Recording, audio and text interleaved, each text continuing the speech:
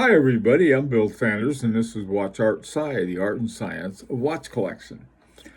Today what I want to do is to talk about watches that come from what are identified as a fashion or a sort of a brand that is not a traditional watch brand.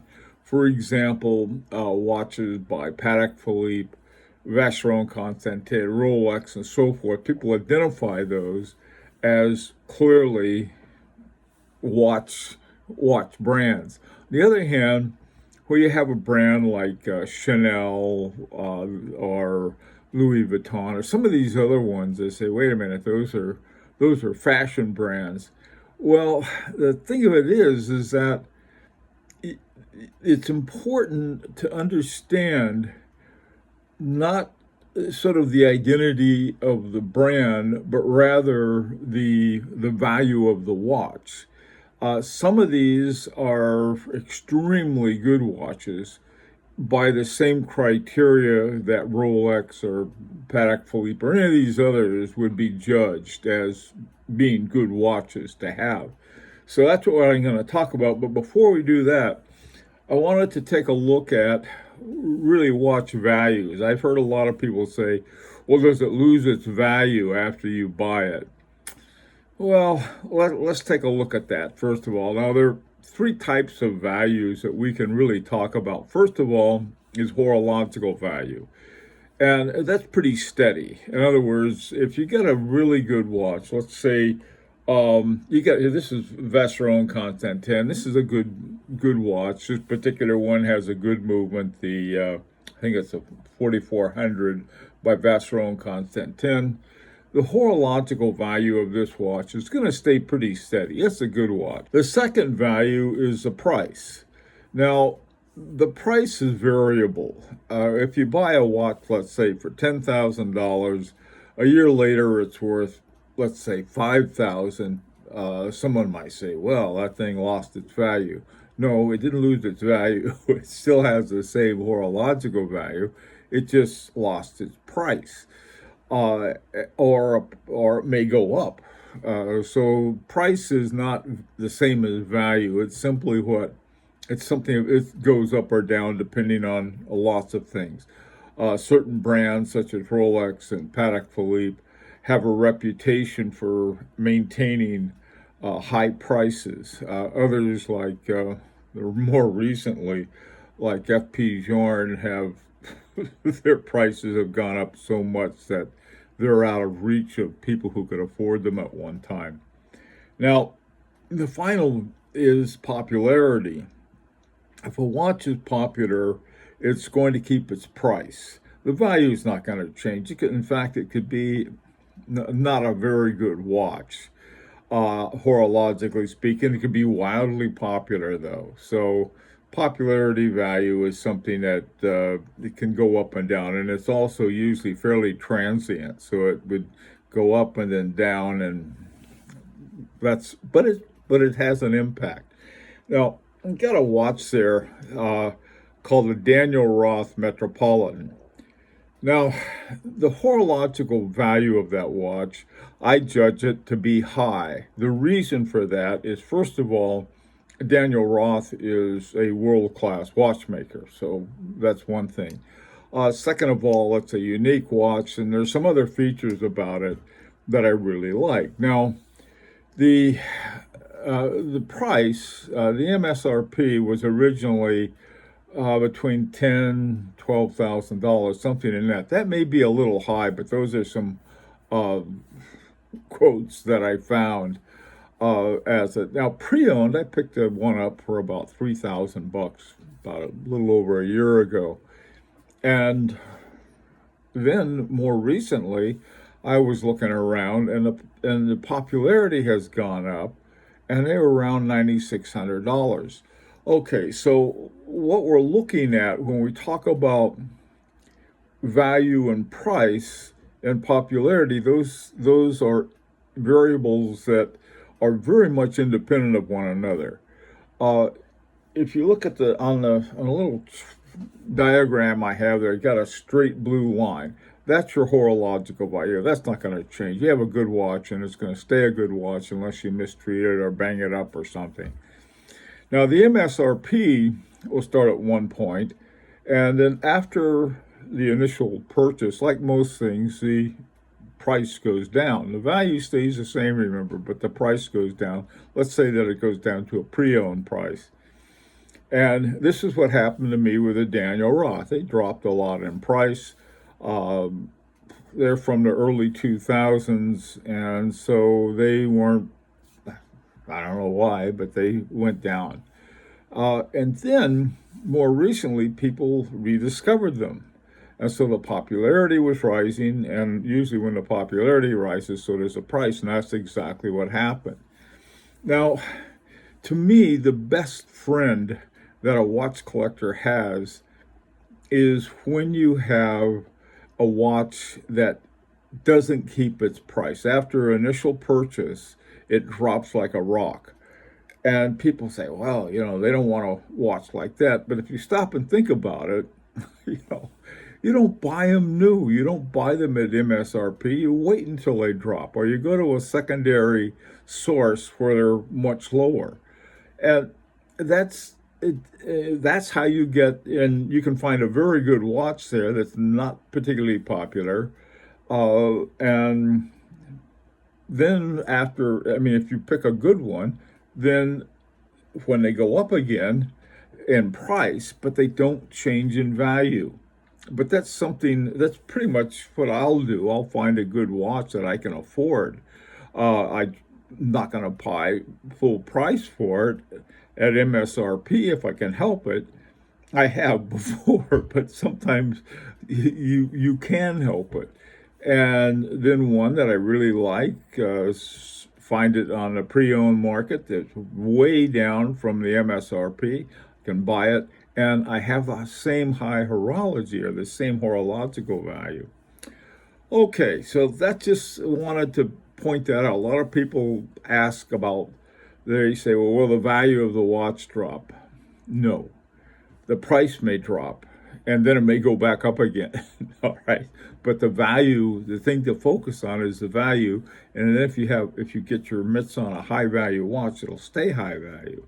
So now, with that in mind, I want to take a look at some brands that are identified with fashion, or in this case, Chanel. Most people know Chanel. They'll know Chanel number 5, but it's also, you can buy dresses and clothes and things like that are Chanel, are very much sought after. So what about watches? Well, people say, wait a minute, they're making perfume. What do they know about watchmaking? It turns out that a lot of the fashion houses know a lot about watchmaking, not because they have a lot of watchmakers that are working for them, but they're smart enough to go find people who know about that. Now, this watch is one I've always liked. It's called the Chanel Monsieur de Chanel. Jumping hours, retrograde minutes and seconds. It's hand wound, which I like. 4 hertz. I'm not crazy about 4 hertz. 72 hours. Okay.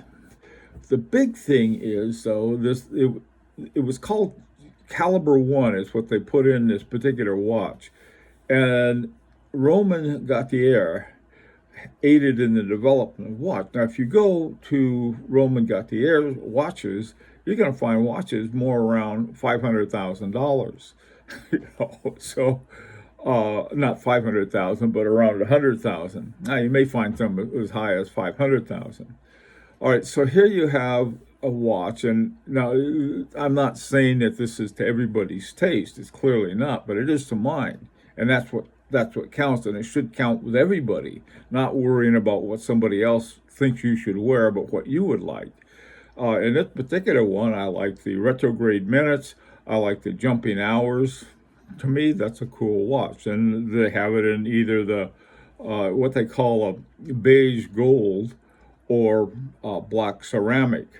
Both of them are very expensive, but in looking at it, you're not just looking at it as a brand, but rather as a timepiece. And so you're looking at the horological value. Now, a couple other ones. These are more along the affordable line, and they're a good example of where your initial MSRP may drop like a rock. And like I said, to me, that's the time to pick one up. There are two here. One is called the J12 chronograph, and you have to pay attention to these the reference numbers. The one on the left is the chronograph H0940 black ceramic steel. These have what is an in-house caliber, in-house in a sense. I'll explain that in a second. They have what's called a caliber 12.1 as the base movement to it. And this is made by a company called Kinesi. And Kinesi is 20% owned by Chanel. It's also partially owned by Tudor. So here you have a traditional watch company, namely Tudor, along with Chanel, which is not a traditional watch company, but can make good watches because they're smart enough to get the right people and the right elements involved in it. Now, the MSRP on this chronograph, on the H0940, and I'll explain in a second why that's important, the MSRP is $11,900. I found one pre-owned for $35.61. I mean, now that's a big price drop. All right. I mean, the horological value hasn't changed, but boy, the price sure has.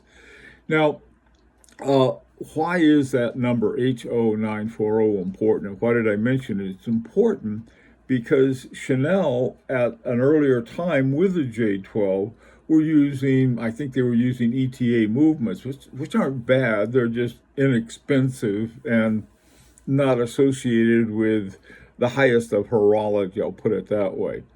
Now, another Chanel watch with a base movement of the caliber 12.1 is the J12 GMT watch. And again, here's the reference is H3101. That's important because some of the earlier ones had cheaper movements in them.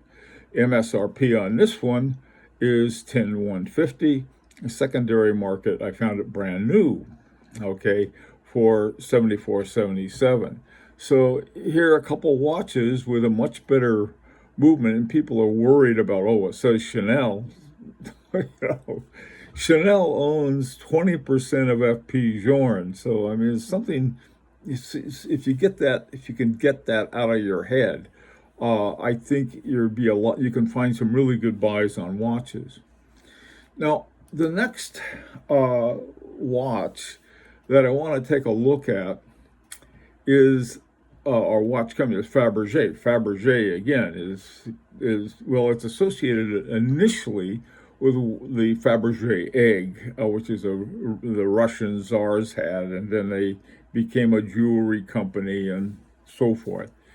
Now, this particular watch, the Fabergé Visionnaire DTZ, dual time zones, and it has a caliber AGH 6924. They don't call it that. They call it something similar to that, but that's not what Fabergé calls it, but that's what it is. And AGH, anything with AGH in front of it is by Agenor. And Agenor was founded by Jean-Marc Viderec, who was the first watchmaker that the Grand Prix d'Horologie de Genève gave the Watchmaker of the Year. I mean, this guy's stuff is fantastic. And if you look at the winners, the Grand Prix winners, you'll see more movements or complications that he created in those watches than just about any other watch company. So this is another thing to look at. Who's making the movement? If it's AGH, really something. Vaucher, that's another good movement maker. So because it's not in-house, doesn't mean it's bad. In fact, sometimes when it's not in-house, you'll get a better movement than it were in-house.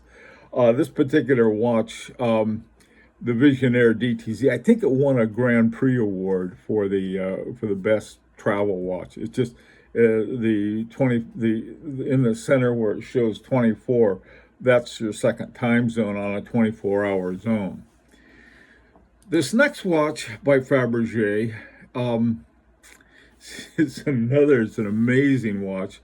This too has another Agenor caliber to it. It's the AGH 636.FA, self-winding mechanic. This is a chronograph. Now, the same year that Fabergé put up the Visionnaire with a Agenor chronograph, another company called Singer did it at the same time. They were in the same category. Well, they gave the award to Singer, even though they could have given it to Fabergé just as well. This watch is and the movement are spectacular. This one, the retail on this was, or the MSRP was 34,500 Swiss francs, which is pretty close to the dollar. It's a little more right now. Recently they were on parity, but that's changed. Okay, so if you look at the red tipped hands on this, those are the chronograph hands. And then these two white hands that are a little hard to see around the side, one over there, you can see it on the right, are the minutes, and then you have the hours. So you don't have all of these little subdials all over the place, but rather you have three different rings of times within the center, which is where you find your chronograph. Really just a brilliant, and it's this one is hand wound. It's not an automatic. Wait a minute. Yes, it is. Yeah, I'm sorry. This is an automatic. It is automatic. Forgot. I couldn't. I was looking for the rotor, but it's a mini rotor inside, or a micro rotor. Okay. Now here on a more affordable level are a couple Fabergé watches. One is a regulator, and this is a caliber F1 1856, and it's based on Unitas 6425, 21,500 semi-oscillation per hour, 3 hertz, hand wound. Now, the Unitas 6425 was purchased by ETA. I mean, they own Unitas, and so it's really an ETA movement. This particular set of models. The problem is they're all made out of gold, and gold just jacks up the price extremely. The MSRP on the one on the left was 37,200. The secondary market sold the same one brand new for 18,600. Interesting watch. It's a regulator, so that's another. That just makes it interesting. It doesn't make it any better or worse. The Fabergé Agathon chronograph. This one, MSRP on this one was 30,000. Secondary market, again, brand new, was 15,000. And the movement on the chronograph, they didn't mention. I looked everywhere, couldn't find the movement. So my guess is it's probably an ETA Valjoux 7750. Still, a very nice watch. Now, this next one is Bvlgari.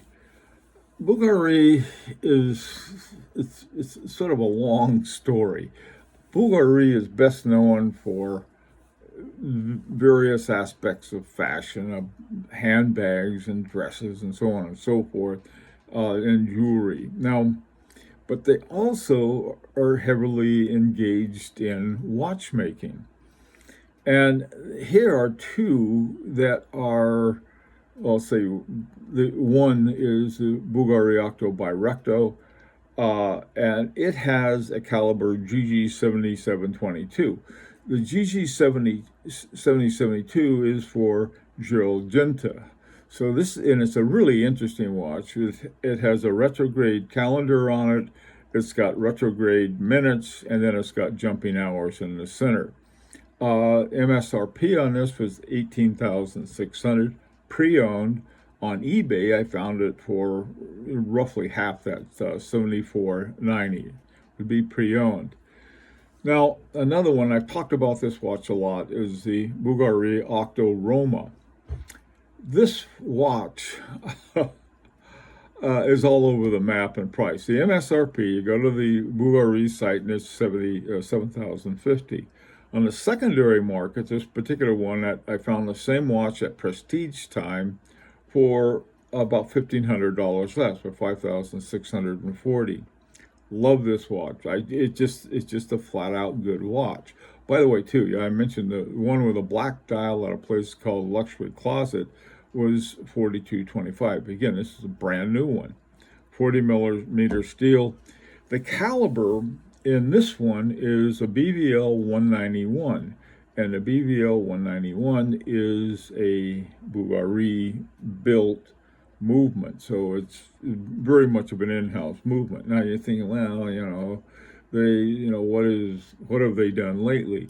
Well, lately they won the Grand Prix. This is amazing that the Grand Prix has something called the Aiguille d'Or. And the Aiguille d'Or is basically the grand prize. And it's years and years and years. I think it took Audemars Piguet 22 years to win the Aiguille d'Or. It's a big deal. The one that won is the Bvlgari Octo Finissimo Perpetual Calendar. The Finissimo line by Bvlgari has won some other Grand Prix awards. This one is 57,000 Swiss francs. That's a lot. I can't afford it. Probably most people can't either. But the important thing to know is that Bvlgari does not make your run-of-the-mill watches. They're not slapping in some inexpensive movement and, calling it a day. This one has the caliber BVL 305. BVL is in-house movement, self-winding mechanical, 3 hertz, 21,000 semi-oscillation per hour. It has hours, minutes, and perpetual calendar. So these are some 3 from fashion houses, but they're good horology, and there's some good buys, and some of them are good deals. And by a good deal, I mean they're not selling at MSRP, and they have big drops either after the first sale, or they simply go down in price. They never change in value. That's the important thing to know. Be interested to hear what you have to say, because I know you guys have plenty to say. And this is an opportunity to subscribe if you like. Until next time, this is Bill Sanders for Watch Art Side, the art and science of watch collection.